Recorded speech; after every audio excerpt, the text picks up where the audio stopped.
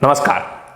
आज के इस वीडियो में हम ऐसे मल्टीपल प्रोजेक्ट्स के बारे में बात करने जा रहे हैं जिन प्रोजेक्ट्स की सहायता से हमारे देश के अंदर लगभग लाखों नौकरियां निकलने वाली हैं।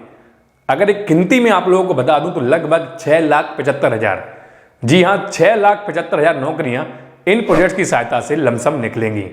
और ये सारी नौकरियां उड़ीसा स्टेट के अंदर निकलने वाली हैं, क्योंकि ये सारे प्रोजेक्ट उड़ीसा स्टेट के ही हैं। तो मैं आप लोगों से रिक्वेस्ट करता हूं कि इस वीडियो को आप आखिर तक जरूर देखिएगा, क्योंकि ऐसे सिमिलर प्रोजेक्ट आपके स्टेट में भी हो सकते हैं और शायद फ्यूचर में ऐसी सिमिलर नौकरियां आपके स्टेट में भी निकल सकती हैं।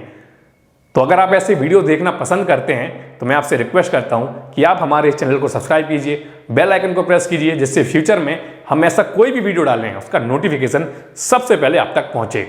तो चलिए बढ़ते हैं आगे, बने रहिए मेरे साथ। मेरा नाम है पंकज और आप देख रहे हैं इंडियन न्यूज। उड़ीसा राज्य के बारे में बात करने से पहले हम थोड़ा उड़ीसा राज्य के बारे में जान लेते हैं।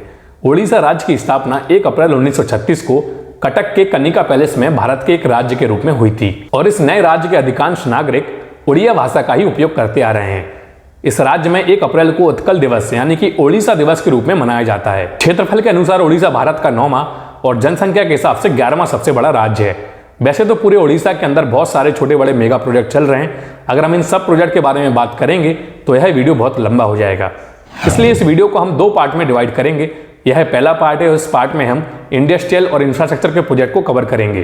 तो सबसे पहले हम बात करने जा रहे हैं national investment and manufacturing zone की। यह प्रोजेक्ट जॉर्जपुर डिस्ट्रिक्ट कालिंगन नगर में बनकर तैयार हो रहा है। इस प्रोजेक्ट का मेन फोकस मैन्युफैक्चरिंग, एंसिलरी और डाउन स्ट्रीम पर होगा।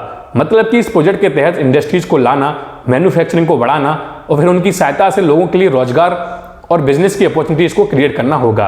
बात करें इस पूरे प्रोजेक्ट के एरिया की कि यह पूरा प्रोजेक्ट कितने एरिया में फैला होगा, तो आपको बता दें कि इसका एरिया बहुत बड़ा है। यह पूरा प्रोजेक्ट लगभग 160 स्क्वायर किलोमीटर में फैला होगा और अगर हम इसको एकड़ में कन्वर्ट करेंगे तो लगभग 40,000 एकड़ का इसका पूरा एरिया होगा। और इस 40,000 एकड़ में से 23,000 एकड़ में यानी कि इस 23,000 एकड़ के एरिया में सिर्फ इंडस्ट्रीज को ही स्टेब्लिश किया जाएगा और बाकी के बचे एरिया को सोशल एक्टिविटीज के तौर पर उपयोग किया जाएगा। अगर हम बात करें इसमें इन्वेस्टमेंट करने वाली कंपनियों के बारे में तो इनमें से कुछ बड़ी कंपनियों के नाम मैं आप लोगों को बता देता हूं। इस प्रोजेक्ट में Tata steel, NINL, Jindal, visa, Mexico ऐसी बहुत सारी छोटी बड़ी कंपनीज हैं जो यहां पर अपनी इंडस्ट्रीज को स्टेब्लिश कर चुकी हैं या फिर करने वाली हैं। अब बात करें सबसे इंपॉर्टेंट पॉइंट की कि इस प्रोजेक्ट की सहायता से टोटल कितनी नौकरियां निकलने वाली हैं, तो मैं आपको बता दूं कि इस प्रोजेक्ट की सहायता से डायरेक्टली 1.5 लाख और इनडायरेक्टली 3 लाख नौकरियां निकलेंगी। मतलब कि सिर्फ एक प्रोजेक्ट की सहायता से उड़ीसा के अंदर 4.5 लाख नौकरियां निकलने वाली हैं। अब हम बात करते हैं कि जो 4.5 लाख नौकरियां इस प्रोजेक्ट की सहायता से निकलेंगी तो वो किस किस फील्ड की होंगी या फिर यहाँ पर किस किस फील्ड की इंडस्ट्रीज आ सकती हैं। यहाँ पर manufacturing of electrical machinery and equipment, auto component manufacturing, energy and process equipment, energy machinery, hot and cold rolled products, foundries, fabrication, machining and precision equipment, products for building and construction sector, infrastructure development particularly social infrastructure. इस field की अधिकांश कंपनियां यहां पे अपना establishment कर सकती हैं। अब हम बात करते हैं कि इस पूरे प्रोजेक्ट की जिम्मेदारी, इस पूरे प्रोजेक्ट की रिस्पॉन्सिबिलिटी किस कंपनी को दी गई है। तो मैं आपको बता दूं, Odisha industrial infrastructure development corporation, जिसको शॉर्ट में हम IDCO भी बोलते हैं, इस कंपनी को इस पूरे प्रोजेक्ट की जिम्मेदारी दी गई है और यह प्रोजेक्ट सेंट्रल गवर्नमेंट की सहायता से तैयार हो रहा है। अब बात कर रहे हैं कि यह पूरा प्रोजेक्ट कितनी कॉस्ट में या कितनी लागत में बनकर तैयार हो रहा है, तो मैं आपको बता दूं कि इस पूरे प्रोजेक्ट में लमसम 6,500 करोड़ रुपए की लागत आएगी। अब बढ़ते हैं हम अपने दूसरे प्रोजेक्ट की ओर। दूसरा प्रोजेक्ट है Dhamra special economic zone. Dhamra हमारे देश का सबसे डीपेस्ट सी पोर्ट है।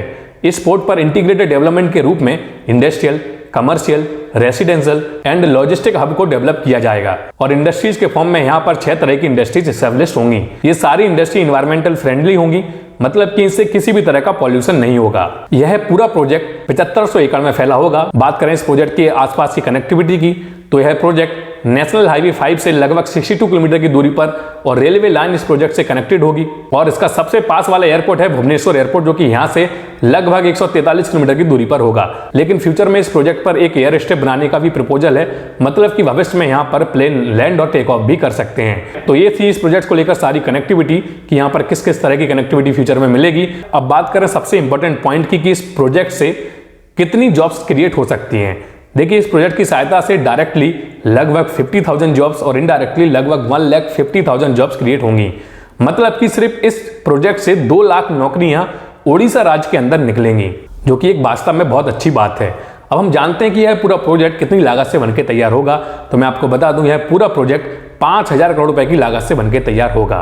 अगला तीसरा नंबर का हमारा प्रोजेक्ट है development of Bhubaneswar airport. Bhubaneswar का एयरपोर्ट देश के बिजी एयरपोर्ट्स में से एक है। एक रिपोर्ट के अनुसार 2017-18 में इस एयरपोर्ट ने लगभग 3.16 मिलियन यानी कि 31 लाख यात्रियों ने यात्रा की थी और 2018-19 में यह संख्या बढ़कर 41,58,771 हो गई और यह संख्या प्रति वर्ष बढ़ती जा रही है। लेकिन इस एयरपोर्ट पर सुविधाओं की बहुत कमी है और अब AAI मतलब कि एयरपोर्ट अथॉरिटी ऑफ इंडिया ने इस कमी को दूर करने की एक परियोजना बनाई है।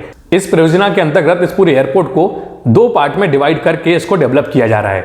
इसके पहले पार्ट में 7.16 एकड़ का एरिया डेवलप होगा जिसकी लागत लगभग 150 करोड़ रुपए आएगी और दूसरे पार्ट में 52.4 एकड़ का एरिया डेवलप किया जाएगा जिसकी लागत लगभग 500 करोड़ रुपए आएगी और यह सारा काम पब्लिक प्राइवेट पार्टनरशिप के तहत किया जाएगा।